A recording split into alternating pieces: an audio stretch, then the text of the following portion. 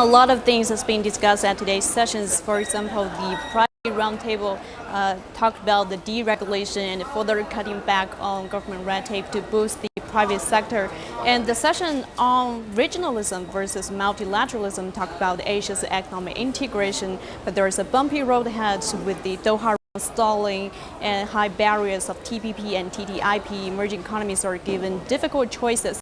And business leaders roundtable focused on innovation. How do enterprises embrace new technologies and invest in R&D? Well, the chairman of Boston Consulting Group told me that although China has learned or even copied a lot of things from West in the past, it has now become a major source of new ideas, new technologies, and new innovations. And one thing interesting is that a lot of foreigners are very familiar with very recent innovations in China. For example, today I interviewed the Nobel Prize winning economist Michael Spence, and he also has a WeChat account, and he told me that he not only uses it in China, but also uses it in the US. And Professor Spence also talked about internet finance, now a game changer in China's financial industry. And he talked about how the financial industry will be shifted and the challenges that China's financial regulators face. The internet is a channel for sort of accessing services and managing assets. And so if you look at, I mean, it's different in every country, and I think the mobile internet and the range of services is developing rapidly in China and maybe ahead in some dimensions. But I mean, take a mutual fund or money market fund of the type that Alibaba just created. Well, it's hugely popular because it seemed to have a return of, yield of about 5%. They didn't guarantee it, so I'm not sure everybody understands that. It's just a very efficient way to deliver very quickly access to financial services that are becoming available to people. And it'll probably develop very quickly here. But what new challenges are financial regulators face compared to traditional financing? They basically have to regulate two things. One, they have to regulate the asset managers themselves, which are not, they may use information technology, but they're basically asset managers. So that those people have to be there.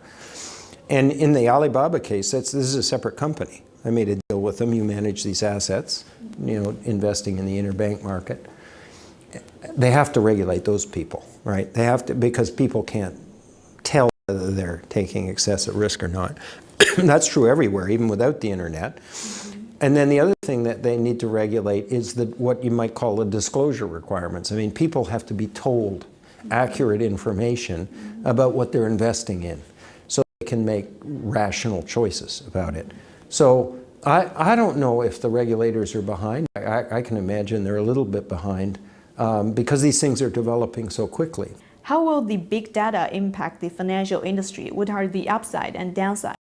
Processing huge amounts of data in general allows you to understand features of the world regularities that would otherwise be too expensive to discover.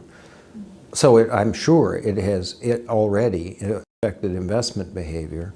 The internet will make these capabilities more accessible to a wider range of people.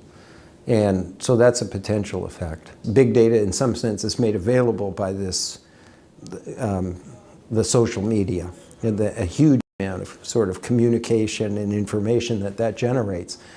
But I think the influence goes well beyond just big data. I mean, I think people's buying behavior is going to be affected by the information that's made available, by the social structures that are created around markets.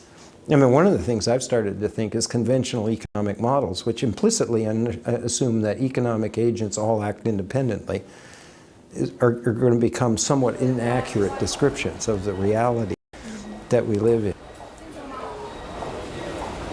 Well, economists believe that the internet will eventually change almost all industries, and due to its efficiency, it will lower the costs and break barriers. But, however, necessary regulations are still needed to protect financial stability in the industry. Back to you, Mama. Well, thank you.